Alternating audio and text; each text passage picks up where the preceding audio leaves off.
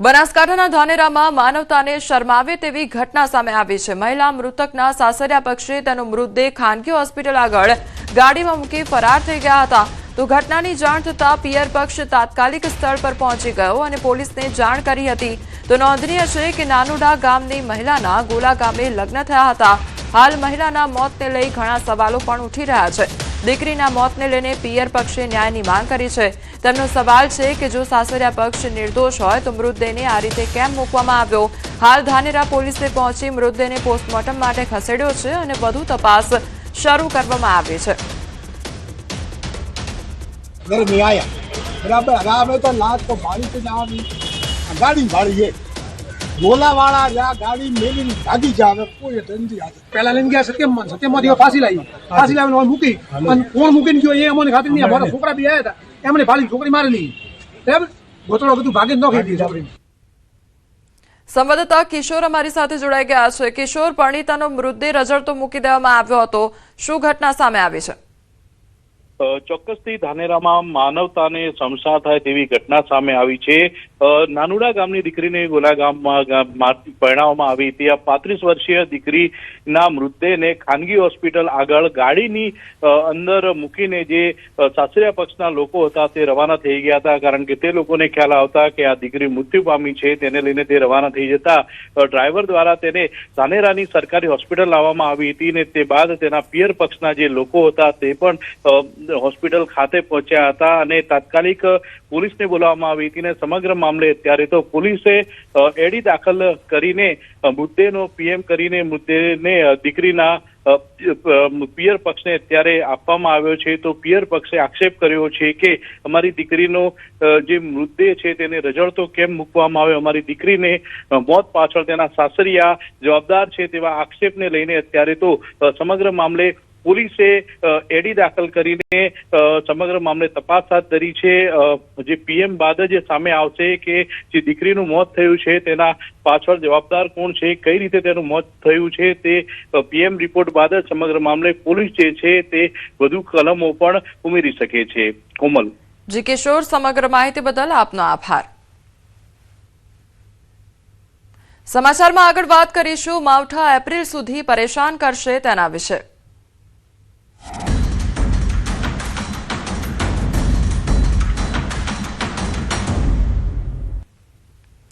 આજથી 2 દિવસ ફરી માવઠાનો રાઉન્ડ જોવા મળશે। હવામાન નિષ્ણાંત અથરિયા શેટ્ટીનું અનુમાન સામે આવ્યું છે। 25 અને 26 માર્ચે માવઠાની આશંકા વ્યક્ત કરવામાં આવી છે। સૌરાષ્ટ્ર કચ્છમાં થઈ શકે છે હળવું માવઠું, તો થોડી ગાજવીજ સાથે માવઠું સર્જાઈ શકે છે।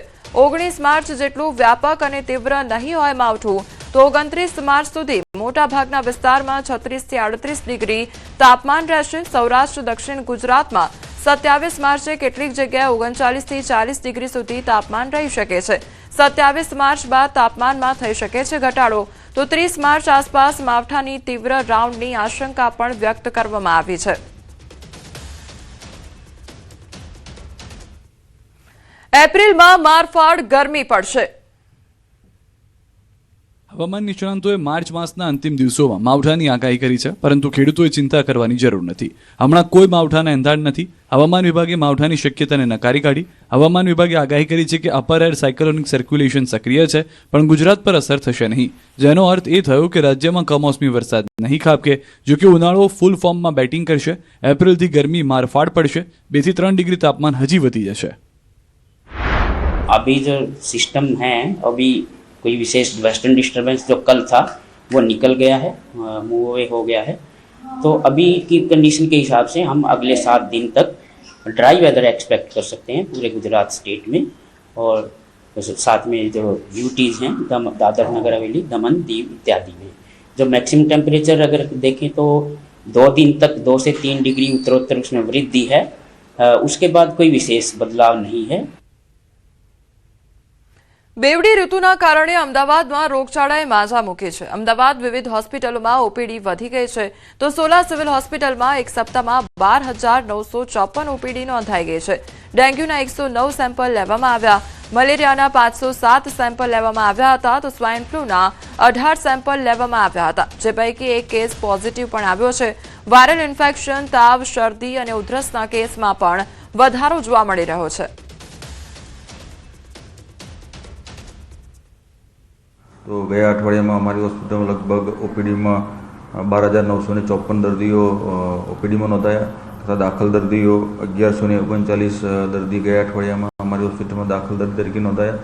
એમના રીતે બાળકોમાં તાવ આવવો, શરદી થવું, માથું દુખવું, સોર થ્રોટ જેવા લક્ષણો સાથેના દર્દીઓ ઓપીડીમાં આવતા હોય છે. ઉનાળાની શરૂઆતના કારણે ઇમ્યુનિટી આપણી ડાઉન થતી હોય છે, તેના કારણે રોગપ્રતિકારક શક્તિ આપણી ઓછી થતી હોય, તેના કારણે તાવ, શરદી, માથું દુખવું, વાયરલ ઇન્ફેક્શનના કેસીસમાં થોડો વધારો થતો હોય છે.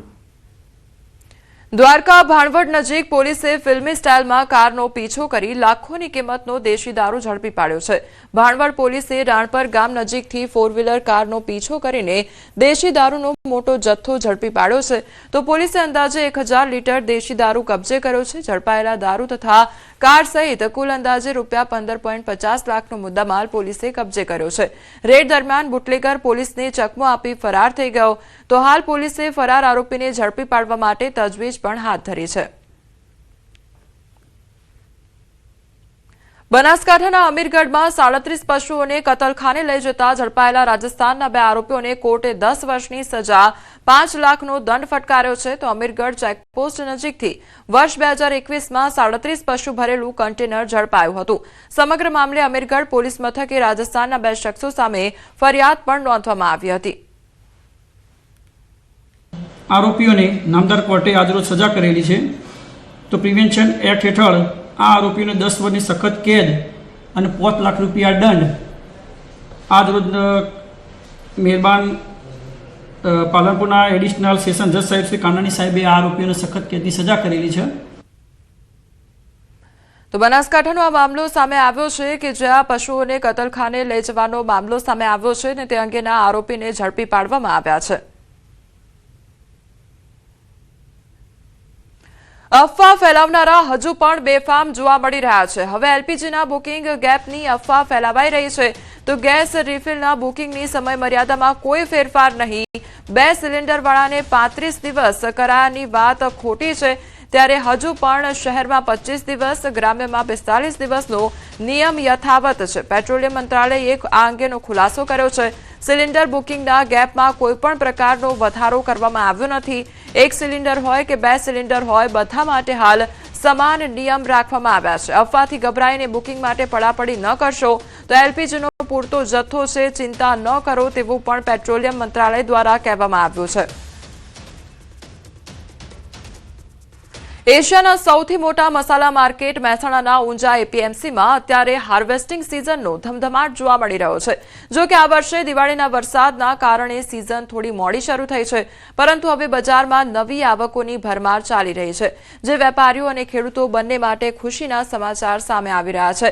ઊંઝા માર્કેટયાર્ડમાં અત્યારે જીરું, વરિયાળી, ઈસબગુલ અને રાયડા જેવા મસાલા પાકની આવક પરાકાષ્ઠાએ પહોંચી છે. તો જીરાની દરરોજ 40,000 થી 50,000 બોરી આવક થતા તેની કિંમત ક્વોલિટી અનુસાર ₹4,000 થી 4,500 સુધી પહોંચી રહી છે. તો ઈસબગુલ અને ધાણા પણ સારી આવક સાથે બજારમાં આવી રહ્યા છે. જ્યારે એપ્રિલમાં રાજસ્થાનથી માલ આવવાનું શરૂ થશે, જેનાથી આવકમાં મોટો વધારો પણ જોવા મળશે.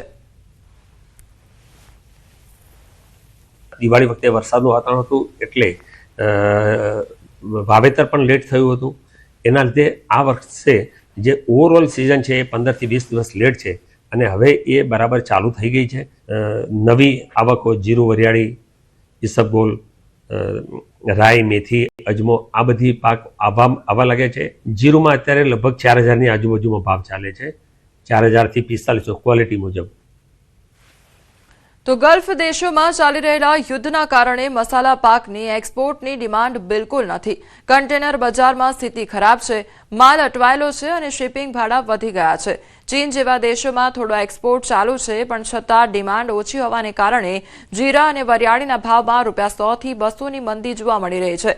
હાલ ઊંઝા માર્કેટયાર્ડમાં સિઝન ચાલુ છે, પરંતુ યુદ્ધના વાદળોએ એક્સપોર્ટ પર બ્રેક લગાવી દીધી છે. હરાજીની કામગીરી હાલમાં બંધ છે અને આગામી એપ્રિલમાં ફરી શરૂ થશે.